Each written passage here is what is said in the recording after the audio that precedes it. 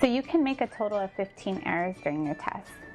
A critical error would be something, for example, if you saw a safety vehicle, such as a police car, fire truck, ambulance driving down the road with the lights on, sirens on, and you do not react appropriately. So what we want is that you safely start to pull over to the side of the road. That means safely means looking over your shoulder when you're pulling over, turning on your signal, making sure you're not cutting anyone off. So you safely pull over for that emergency vehicle. If you do not do that, then that would be a critical error because you're not reacting appropriately to that emergency vehicle. Another critical error would be, for example, if you run a red light, if you run a stop sign, if you are driving too fast in a school zone, those can be considered critical errors. If it's raining and you do not turn on your defroster or you do not turn on your windshield wipers, those are also critical errors.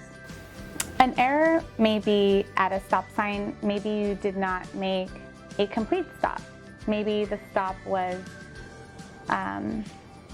maybe just a slowdown, but not a complete stop. But you still checked for traffic, so we will just mark that you did not make a full stop. But you still were checking for traffic, so it's not considered a critical error. Another error can be maybe the examiner did not see you look left and right checking for traffic. That can also be an error, but you still maybe were looking in the general area. So there are errors, but not critical errors. Not stopping completely would not be considered a critical error. To be honest, it's really hard to determine if someone is checking for traffic because, in my opinion, I can be checking for traffic by just looking to the side. I don't need to turn my head. But in all honesty, I think the safest thing to do is to move your head to gesture left and right. That would let the examiner know that you are checking for traffic. Because for myself, I know you don't have to do this to check for traffic, but maybe the examiner is not, they cannot see your eyes that you're looking left and you're looking right. So I would suggest traffic checking, you do move your head left and right to let the examiner know you are looking for vehicles on the road. I would say if you're whipping your head back and forth, that is dramatic and that can be unsafe. Especially girls, if you're whipping your hair, the hair is going to get in your face. I would say it doesn't need to be so dramatic, just a slight gesture left and maybe a slight gesture right. Because too dramatic can be unsafe because you are losing focus of what is going on in front of you. You still need to be able to know what is going on in front of you, but also what is happening on the sides, left and right. The objective of traffic checking, for example, when you're driving through an intersection, the examiner just wants to make sure that you are aware of what's happening at all times in case a car decides to run a red light, in case a car does not make a complete stop at a stop sign. They want to make sure that you are checking for those safety hazards from other vehicles. Because part of being a good driver is also to be a good defensive driver. So avoiding an accident. Sometimes we're not just looking for you being the problem on the road, but other vehicles being a problem on the road. Also, traffic checking doesn't always mean checking for other vehicles. It means checking for pedestrians walking on the road. We want to make sure that you see the person on the corner of the street.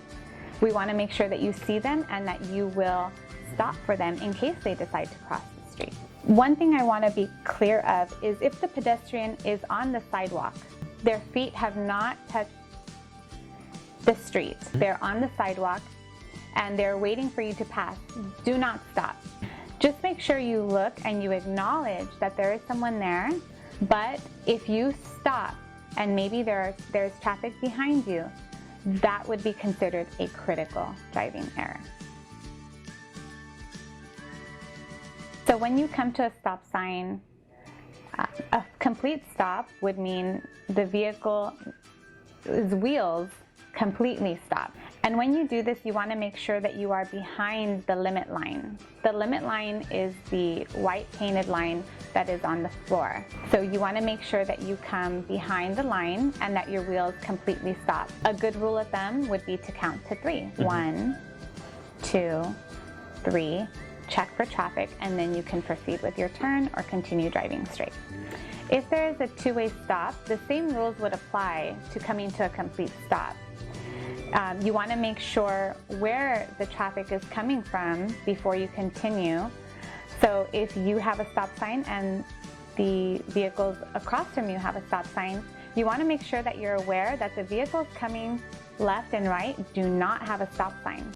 So you want to make sure that you remain stopped until all that traffic has passed before you continue. Once you make your complete stop, it is okay to slowly pull forward so that you can have a clear sight left and right of the traffic coming. If you see a car once you pull forward, make sure that you stop. Make sure that your movement forward is very slow, because you don't want to frighten the examiner and you don't want to give them the impression that you are going to continue to drive in front of that traffic. Because if the examiner has to intervene and say, stop, or wait, there is a car coming, at that moment, that is considered a critical driving error under examiner intervention.